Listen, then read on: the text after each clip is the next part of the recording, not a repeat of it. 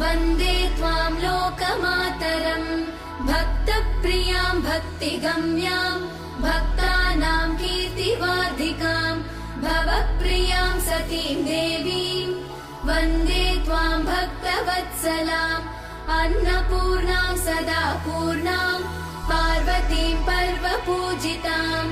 महेश्वरीं वृषारूढां वन्दे त्वां परमेश्वरीं कालरात्रिं महारात्रिं मोहरात्रिं जनेश्वरीं शिवकान्तां शम्भुशक्तिं वन्दे त्वां जननीमुमां जगत्कर्त्रीं जगद्धात्रीं जगत्संहारकारिणीं मुनिभिः संस्तुतां भद्रां वन्दे त्वां मोक्षदायिनीं देवदुःखहरामम्बां सदा देवसहायकां मुनिदेवैः सदा सेव्यां वन्दे त्वां देवपूजितां त्रिनेत्रां शङ्करीं गौरीं भोगमोक्षप्रदां शिवां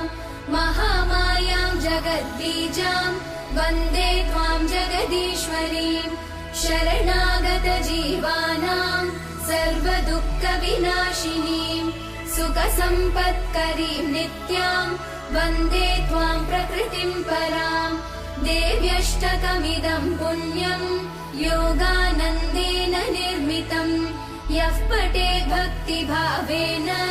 लभते स परं सुखम्।